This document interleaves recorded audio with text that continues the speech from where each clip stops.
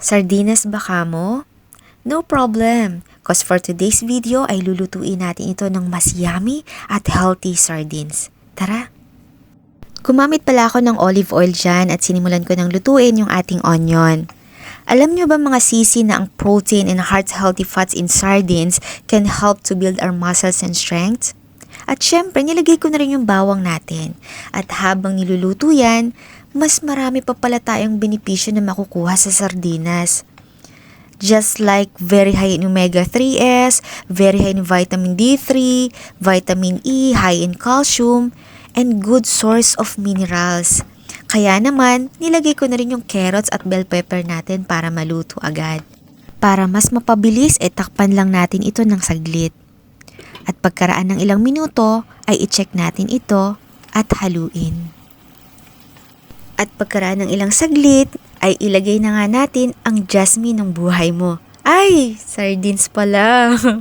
At para sa swak at panlasang Pinoy pag nagluto ka dito sa Middle East, presenting magic cubes. Ito ang madalas namin gamitin sa lahat ng aming niluluto dahil magkakaiba tayo ng condiments. At pag gumamit ka nito, feels like there's a magic talaga na hindi mo na kailangan yung jowa mong walang kasweet-sweet sa buhay. Ay, salt pala yung hindi kailangan. At pagkaraan nga, ay naglagay na rin ako dyan ng black pepper. At syempre, ang paborito at hindi mawawalang chili flakes. Haluin lang pala natin ito ng kaunti. At pagkaraan nga, ay isahog na natin ang ating broccoli at cauliflower na talaga namang masustansya and good for diet.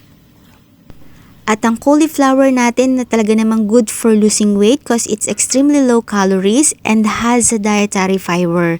At meron din itong vitamin K to maintain strong and healthy our bones. At ang broccoli na talaga namang tumutulong para mapababa ang ating mga kolesterol, ang ating mga blood pressure at madami pang iba. At pagkaraan nga ng ilang minuto, ito'y ating i-check at halu-haluin at hayaan lang kumulo hanggang sa mailagay natin yung ating cabbage o repolyo. Ang cabbage na talaga namang tumutulong para maging healthy ang ating digestive system at saka pampalinaw din ito ng mata at improve our immune health.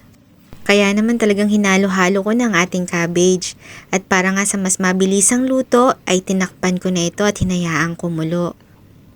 Kaya nga kung gusto mo ng mas pinasarap at pinahealthing sardinas, try mo din ito. At dahil luto na nga, tara na tikman natin at ipatikim sa iba. Salamat pala sa panonood hanggang sa susunod. God bless you everyone.